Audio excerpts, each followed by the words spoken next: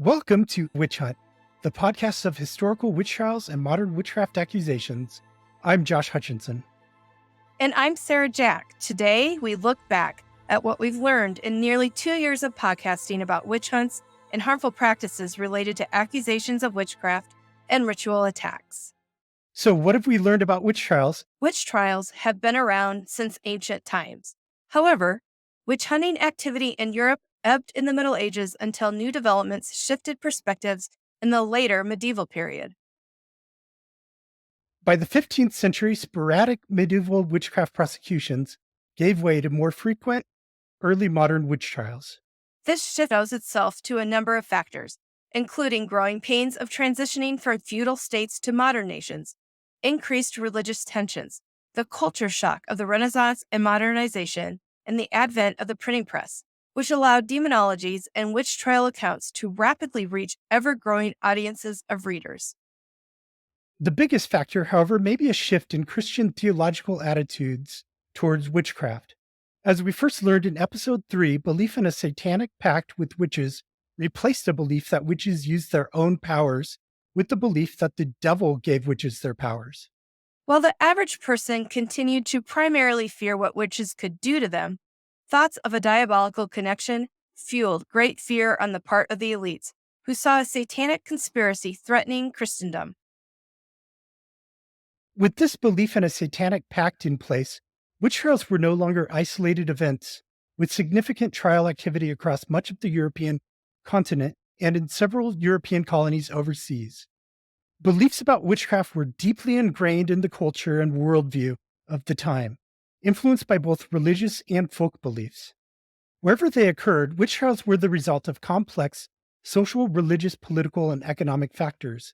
They were influenced by beliefs, community tensions, and broader societal changes, and were often connected to broader historical contexts, such as political instability or religious conflicts. Factors like neighborly disputes, gender dynamics, and struggles over power often played a role. Accusers and accused usually came from the same communities, sometimes even families, and accusations could tear apart social bonds. Economic motivations like land and resource disputes were sometimes behind accusations. However, we would like to point out that land grabbing was not a factor in the Salem witch trials.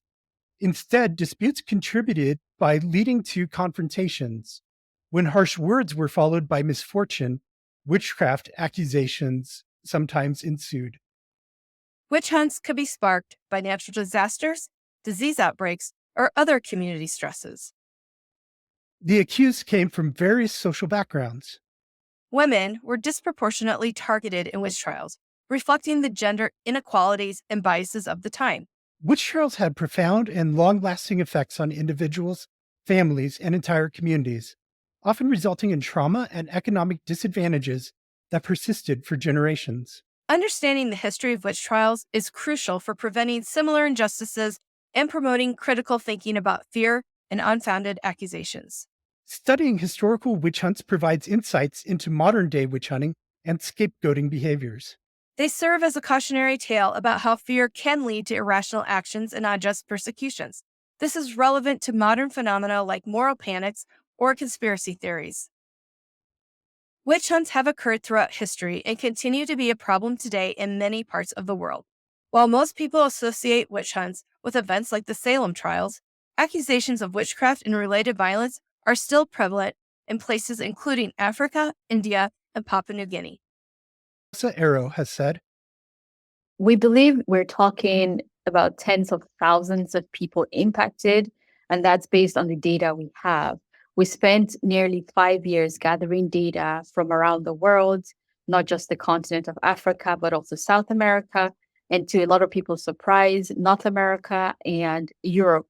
Why these are important is that countries where harmful practices like these are rampant, have immigrated and taken the problem with them, because ritual attacks and harmful practices related to accusations of witchcraft is a mentality, it's an issue of a mentality and a system of belief. So that can easily be transported with a person. So across all those countries, and even in the Pacific, Papua New Guinea and the small island states, in the same region, we were able to gather tens of thousands of data.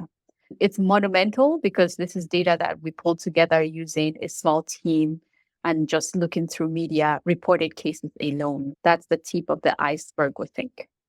Economic, social, and political instability can fuel witch hunts. Times of hardship, conflict, or rapid change make communities more susceptible to witch hunting behaviors as people look for someone to blame.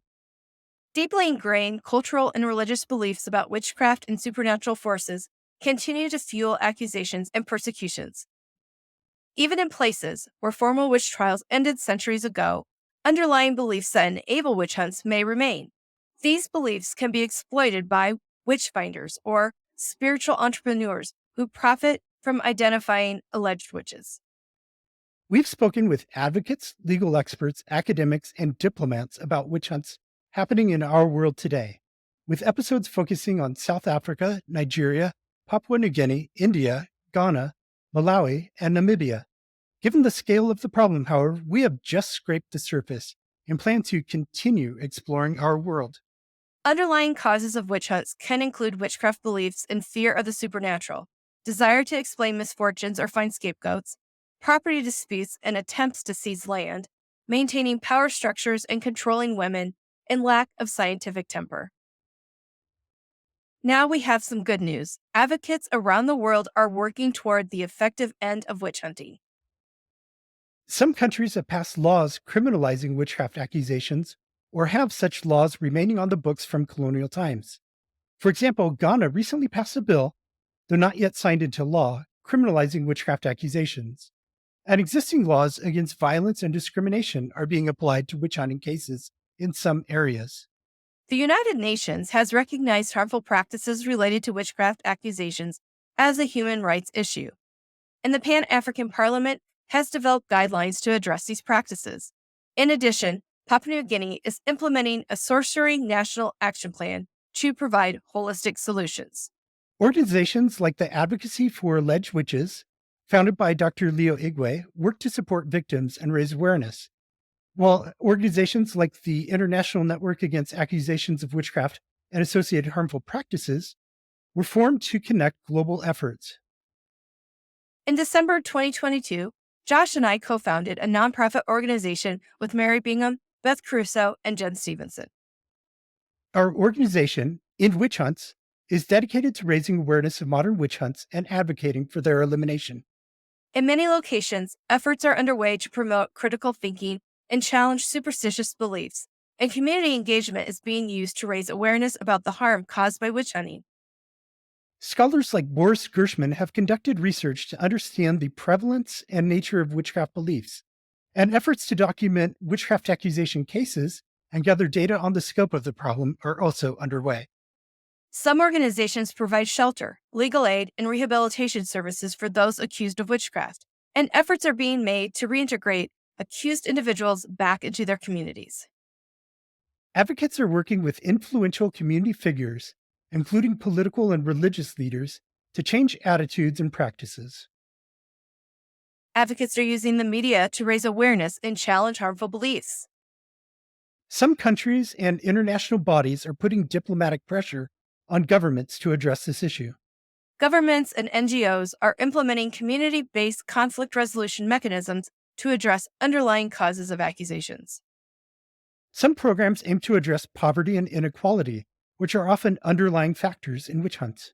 The UN has recognized harmful practices related to accusations of witchcraft in several ways. On July 12, 2021, the United Nations Human Rights Council adopted Resolution 47.8 on the elimination of harmful practices related to accusations of witchcraft and ritual attacks. As the UN itself says, in its Resolution 47.8, the Human Rights Council expressed concern that harmful practices related to accusations of witchcraft and ritual attacks had resulted in various forms of violence, including killings, mutilation, burning, coercion and trafficking of persons, torture, and other cruel, inhuman, or degrading treatment and stigmatization, particularly for persons in vulnerable situations, including women, children, persons with disabilities, older persons, and persons with albinism, and that these forms of violence were often committed with impunity. This resolution urged UN member states to condemn harmful practices, take all measures necessary to ensure the elimination of harmful practices amounting to human rights violations, prevent witch hunts, and prosecute perpetrators. And in 2021, the Pan African Parliament released guidelines to member states on implementing national action plans for eliminating harmful practices and other human rights violations.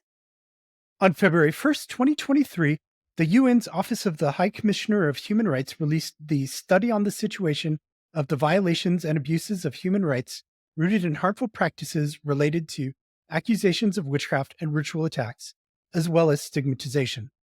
This report detailed the many ways in which harmful practices related to accusations of witchcraft violate human rights. Sustainable Development Goals, SDGs, are another avenue toward implementing policies and procedures to mitigate the crisis. The United States has long-term commitments to the SDGs for several nations which have ongoing witch hunt crises, including Papua New Guinea and a group of West African countries. The recognition by the UN, African Union, United States, Papua New Guinea, and others helps to legitimize efforts to eliminate these harmful practices and provides a framework for international cooperation on this issue. The actions taken so far represent a multifaceted approach to addressing the complex issues of witch hunting, combining legal, educational, social, and economic strategies.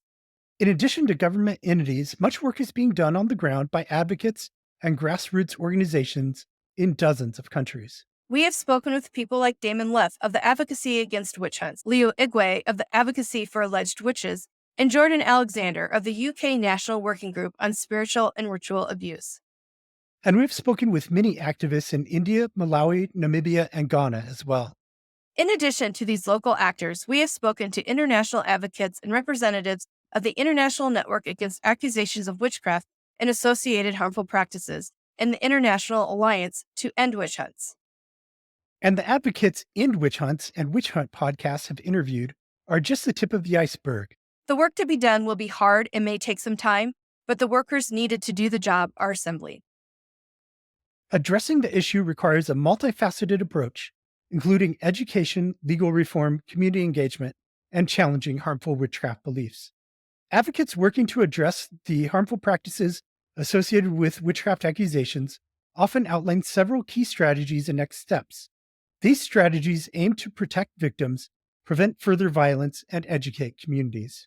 The problem intersects with other issues like gender inequality, poverty, and the lack of education, and addressing these root causes is crucial. There's a need for more data and research on the scope of the problem globally. Laws against witchcraft accusations exist in some places, but are often poorly enforced. Advocates plan to continue lobbying governments to strengthen laws against witchcraft accusations and related violence. This includes pushing for legislation that criminalizes accusations and the violence that often follows, as well as ensuring the protection of those accused. Efforts will also focus on ensuring that existing laws are enforced. This includes training law enforcement and judicial officers to handle cases related to witchcraft accusations fairly and sensitively. Education, critical thinking skills, and challenging harmful practices are key to addressing witchcraft accusations. Advocates aim to expand educational campaigns that inform the public about the dangers of witchcraft accusations and the importance of human rights. These campaigns often involve community workshops, public service announcements, and partnerships with local media. Programs that encourage critical thinking and scientific literacy are being promoted to reduce the reliance on supernatural explanations for natural events. Support and rehabilitation for survivors of witchcraft accusations is greatly needed. Survivors of accusations face major challenges in reintegrating into communities due to ongoing stigma and fear. Establishing more safe houses and shelters for victims of witchcraft accusations is a priority. These facilities provide immediate protection and support for those fleeing violence. Increasing access to counseling and mental health services for victims and their families is critical. These services help address trauma and support the reintegration of victims into their communities. Thank you for watching or listening to this episode of Witch Hunt. Continue to join us every week. Have a great today and a beautiful next 100 episodes.